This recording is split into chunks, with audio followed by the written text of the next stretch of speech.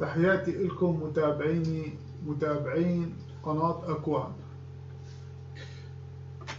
سنة حلوة عليكم 21، وبما أنه 21 السنة هي إجت لازم نعمل شغلات حلوة تساعدنا تخلينا نغير حياتنا.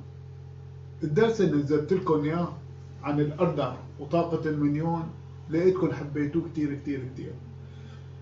فهالشغلة عملت لكم هاشتاج اسمه طاقة المليون دولار. لقيتكم موضوعنا وفرجوني بس المواضيع اللي انتم بتحبوها لكملكم فيها. طلعتوا مثل حكايتي بتحبوا الفلوس والمصاري، طلعوا متابعين موفق رجيل بحبوا المصاري. حلو، كلياتنا بنحب الفلوس وكلياتنا بنحب المصاري.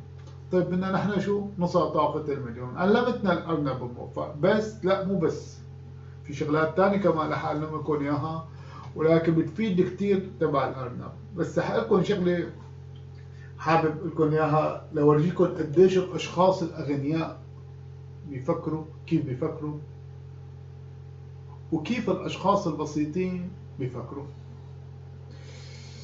امبارحة بعد ما نزلت الحلقة اجاني اتصالين. اجاني اتصال من شخص بيمتلك أكثر من $1,000,000، عنده عدة ملايين دولارات بشغله وورثته وكذا، بإيده كذا مليون. شو قال لي؟ قال لي رح ساوي 1000 أرنب لأصل من فوق $1,000,000 ورح طبق كلامك. قلت له بارك الله فيك. بعد شوي بتجيني وحدة اتصلت فيي، وشو قال لي؟ هو قال لي انت مجنون، وانا بعرف اللي بده يصير معه ملايين بده يكون مجنون ويعمل الافكار المجنونه ليصير شو معه ملايين.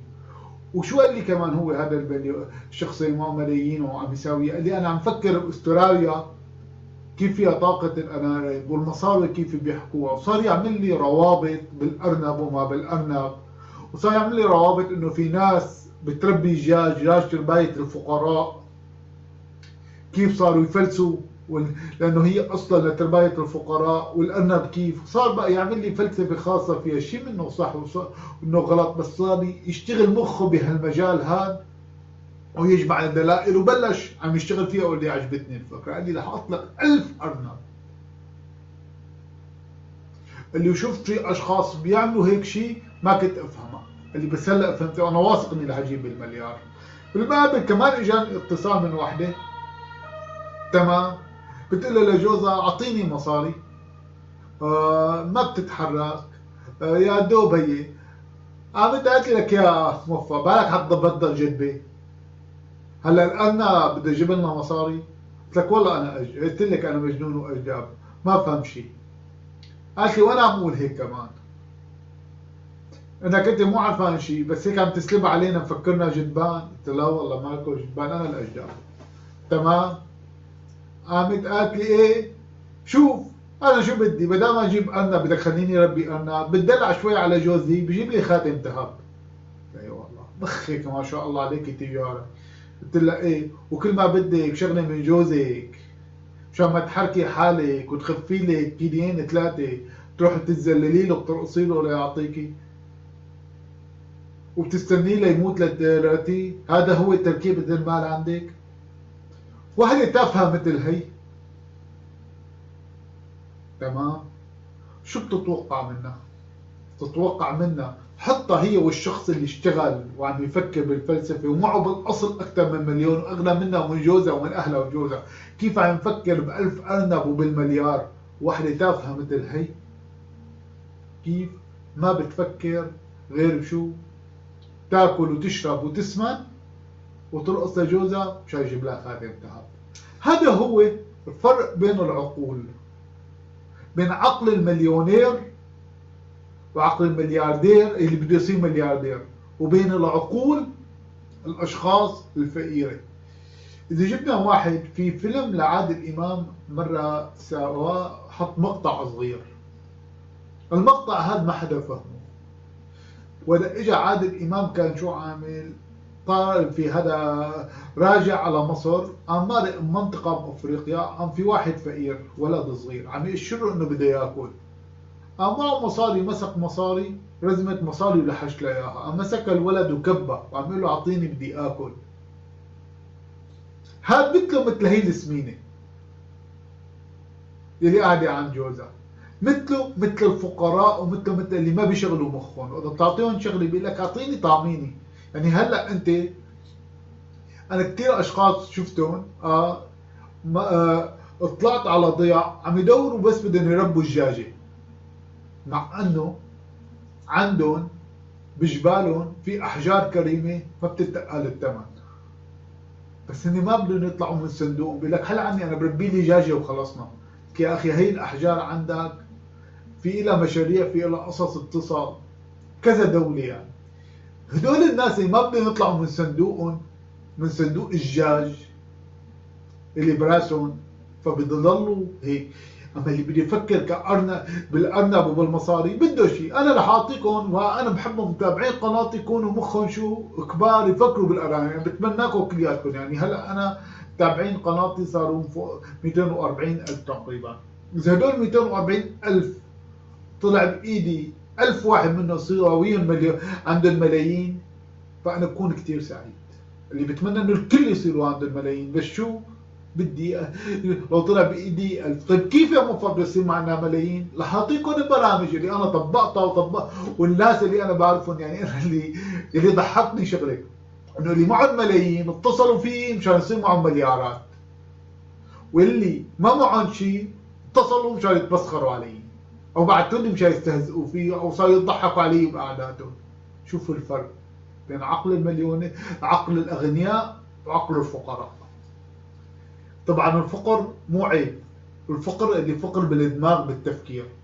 طيب يا موفق، اعطينا درس ثاني عن طاقة المليون. ليش عملت الهاشتاج؟ الهاشتاج مشان نقوي الطاقة لكل اللي حيعملوا الهاشتاج رح نتمنى لهم انهم شو يعملوا؟ يصير عندهم طاقة اكثر ويصلوا لطاقة المليون دولار. طيب شو اعطينا درس ثاني؟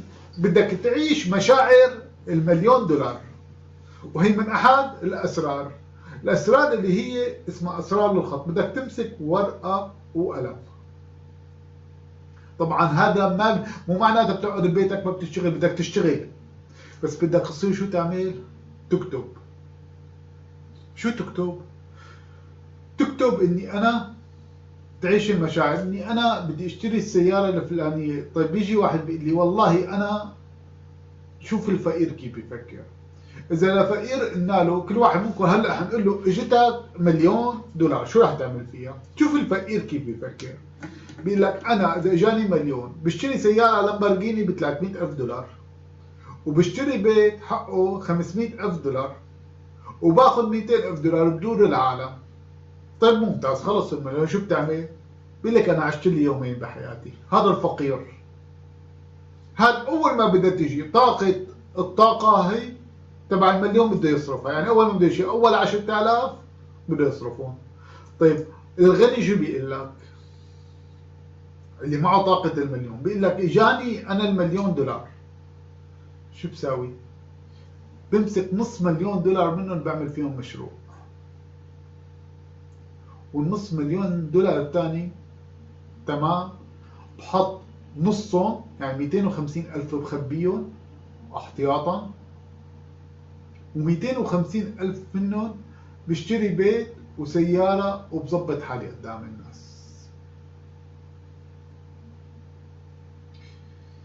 وال250 ألف اللي خبيتهم هدول بخبيهم لشو؟ لأدعم حالي، بشتري فيهم ذهب، لأن الذهب بيغلى، مشان إذا اضطريت ببيع من الذهب مع هي. التنبل اللي بيتبع الورث بيقول لك المليون انا والله اذا اجوني المليون بحطهم بالبنك او بعطيهم لحدا يشتغلون، بحط صبيطين قدامي مني وخلصنا وبعيش من ارباحهم. هدول ما بصيروا مليونيريه. اللي بصير مليونير بيشغل فلوسه، بيشغل مخه. معناتها انت هلا درسنا شو بدك تصل لمرحله؟ بدك تصل لمرحله تشغلوا مخكم. طيب اعطيكم مشروع بتقدروا تعملوه، رح اعطيكم مشروع بيعمل لكم فلوس كثير حلوه، بعرف ناس كثير كانوا يشتغلوا هذا المشروع، خاصة اللي عندهم أراضي، وكيف بيعمل لهم فلوس إلى أول ما لآخر من شغلة بسيطة ما بدها شيء. كمان بالأرانب، بس هدول طبعا هذا عم نحكي لأشخاص يماموا عن شيء بداية شغلة. في كذا مشاريع أعطيكم إياهم. في أحد المشاريع بتقدروا تعملوها وهي كثير بيقدروا يعملوها الشباب والصبايا وكذا. إذا أنت بيتك هدول اللي عند بيوتهم بضياع، تحفر جورة 5 امتار، مساحتها 5 امتار وغميقها 5 امتار، وجيب غطاء لها بتغطيها وبتحط أرانب، بتحط أرنبين 3 4 أرانب أناتي بصيروا بياكلوا. الأرنب ولا بيحفر ما بيحفر لفوق، بيحفر دغري، فما بيقدر يهرب من الجورة، وبصير بتحطوا له أكل للأرانب. بعد 40 يوم الأرانب بتلد، يعني أقل من 3 4 أشهر إذا كان عندك أرنبين بيصيروا 200 أرنب، بتبلش أنت تبيع منهم.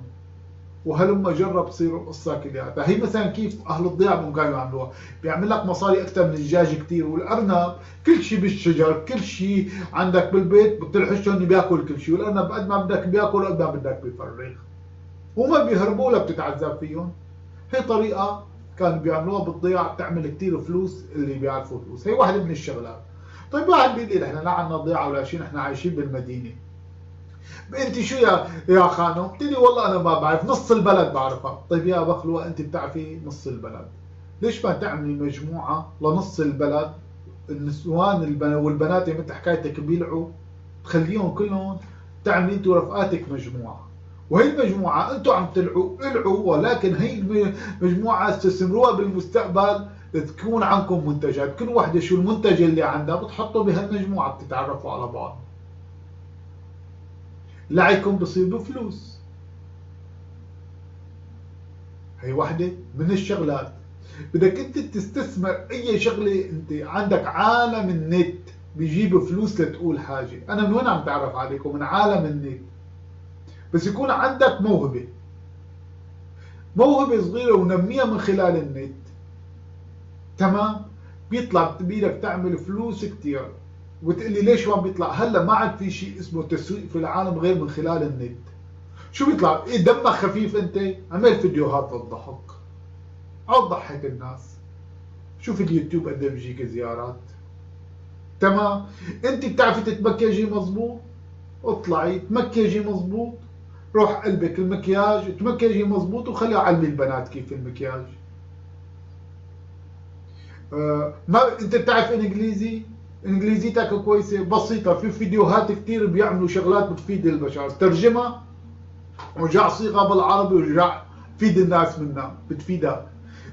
اكيد اول كم شهر رح تلاقي صعوبه. اول ما سويتنا القناه تبعنا ما قدرنا نجمع 500 شخص، اليوم عندنا 250 الف شخص. من الطبيعي بالبدايه كنا اذا اجتنا 500 زياره نكون هي. هلا في عنا فيديوهات فيها اكثر من مليون زياره. بدك تصبر لتعرفك الناس، لتثبت موهبتك، تطور موهبتك، انتظروا دروس جديدة. اللي إذا عجبتكم طاقة المليون ساعدونا بنشر الفيديو لنقدر نعمل مليون وأكثر.